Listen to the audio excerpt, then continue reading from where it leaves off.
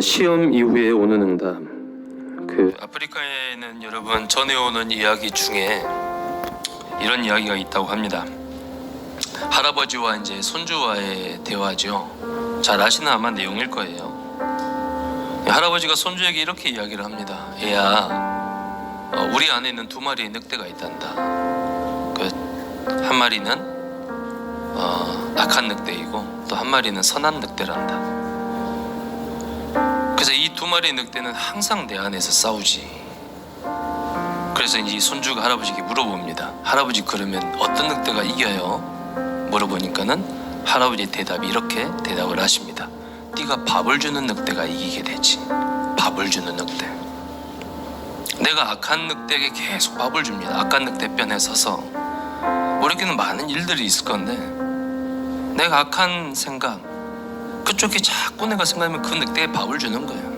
그러면 그 늑대는 어떻게 힘을 얻고 더욱더 성장을 하겠죠. 힘이 있으니 당연히 이길 수밖에 없죠. 반대로 선한 늑대에게 내가 자꾸 밥을 주면 당연히 그 선한 늑대가 힘이 생기고 이길 수밖에 없는 것처럼 오늘 여러분, 우리에게는 많은 시험거리가 있을 수도 있습니다. 교회 안에서도 있고 가정에도 있을 수도 있습니다. 내가 친한 사람을 통하여서 있을 수가 있어요. 그럼 여러분, 누구에게 여러분의 마음을 주시렵니까? 오늘 강단 말씀을 꼭 붙잡아야 됩니다. 많은 사람들이 어마어마한 응답을 받고도 어디서 다 무너지냐? 시험거리에서 다 무너져요. 그냥 응답을 못 받는 거예요. 가다가 결국 거기서 무너지는 겁니다. 여러분, 우리가 하나님의 자녀라면 하나님께 맡기면 됩니다. 그걸 보고 신앙 생활이라고 하죠. 우린 거의 대부분 인앙 생활을 하고, 인앙 생활. 얘는 사람을 믿고 의지하는. 여러분의 인생은 하나님을 믿고 의지하는 인생이길 간절히 바랍니다. 그래서 뭘 이야기를 하셨냐? 우리에게는 이 시험 속에 있을 수밖에 없는데 세 가지의 눈으로 꼭 보라. 당연, 필연, 절대입니다. 그 문제는 무엇이다? 당연히 올 것이 왔다. 하나님은 늘 절대 계획 속에 있는 사람은 문제가 왔다. 하나님 자녀가 만났는데 분명히 하나님이 이것을 막을 수 있음에도 불구하고 나에게 허락하셨다면 하나님의 절대 계획인 거예요. 그때 중요한 건 뭐냐? 필연입니다. 그때 나는 어떻게 할 것인가? 그렇죠? 가정에 문제가 왔다. 가정을 원망해야 됩니까? 그건 불신자들이 하는 겁니다. 우리는 하나님의 자녀이기 때문에 하나님께 기도하는 겁니다. 그렇죠? 내 자녀에게 문제가 왔다. 자녀를 원망합니까? 그건 불신자들이 하는 거예요. 우리는 하나님의 자녀이기 때문에 하나님께 기도하는 겁니다. 교회 어려움이 왔다? 교회를 원망합니까? 그건 불신자들이 하는 거예요. 어떻게 해야 됩니까? 하나님께 기도하는 겁니다. 왜?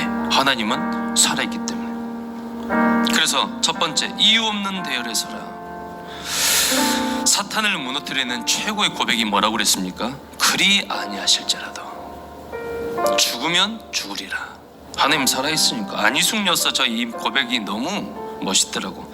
나는 물에도 불에도 갈 수 있다. 이유가 뭐라 그랬습니까? 그곳에도 하나님이 계시기 때문에. 물에도 들어갈 수 있고 불에도 들어갈 수 있습니다. 왜요? 그곳에도 하나님은 계시기 때문에.